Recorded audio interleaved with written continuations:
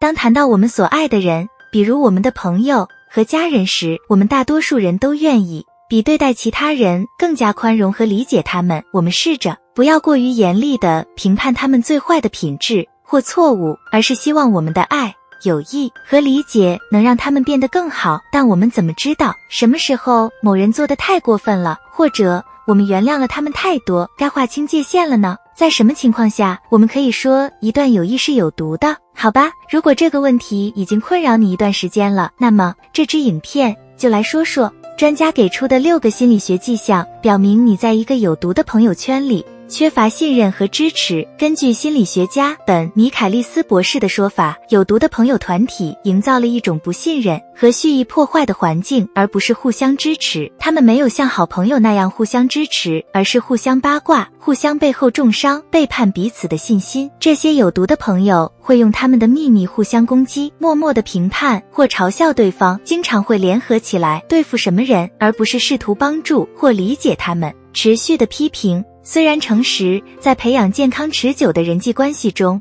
起着重要作用，但诚实背后的意图也很重要。心理学家伊丽莎白·隆巴多博士如是说，因为这能区分建设性批评，告诉别人他们需要听到的，和严厉的判断直率的诚实，只是为了伤害他们。所以如果你所谓的朋友经常贬低你，用他们讽刺的恭维和几乎不加掩饰的被动攻击性评论让你感到自卑，那么这种关系很可能变成了有毒的、不健康的竞争。尽管孙子有句名言，亲近你的朋友，但更要亲近你的敌人，警惕那些不知道如何分辨的人。根据治疗师珍妮特·布里塔博士的说法，有毒朋友群体中不良竞争猖獗，有毒的朋友会不断把自己和别人比较、贬低或试图超越对方的成就，而不是像一个好朋友那样为你的成功庆祝和高兴。他们倾向于感到受到威胁，所以他们可能会通过寻找一些方法来报复，让自己重新占据上风，要么找到一些他们可能比你更好的方法，要么当着你的面拿你过去的失败和缺点说事儿。在继续下一点之前，不要忘记通过点赞并订阅我们的频道支持我们，我们可以一起提高意识并产生积极的影响、操纵和控制。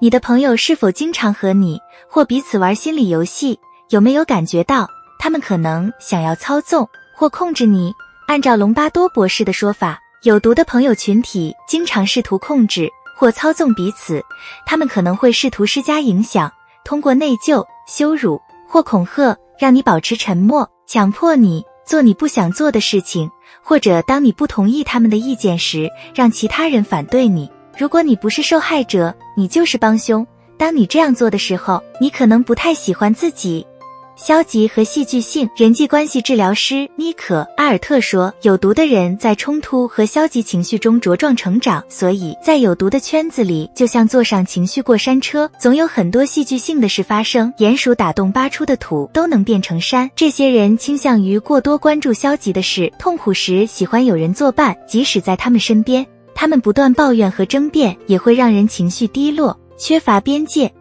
尊重彼此的界限是健康持久关系的关键，所以当你所谓的朋友总是无视你的边界时，这绝对是一个危险信号。治疗师科瑞纳·伊拉·雅各布斯说，有毒的友谊往往是单方面的，他们想要得到的远远超过他们付出的，他们要求你在他们需要的时候就在他们身边，但却懒得回报。他们也可能对你产生不合理的占有欲，你不能让其他朋友侵犯自己的隐私。你去哪儿了？你为什么不告诉我们？想和你在一起的时间多于你觉得舒服的时间，你应该取消那件事，和我们一起出去玩。或者你为什么要一个人待着？你不想再做朋友了吗？你有朋友和我们前面提到的这几点沾边吗？如果这支影片让你意识到自己可能陷入了一个有毒的朋友圈，那么重新评估你的人际关系，并考虑寻找更健康的关系，对自己是有好处的。虽然修复一个有毒的朋友圈是可能的，但每个人都需要尽自己的一份力，付出努力，否则最好优先考虑自己的幸福，和更多积极向上、支持自己的朋友在一起。大家对这支影片有什么看法？欢迎在下面评论区留言。记住，我的小伙伴们，你们很重要。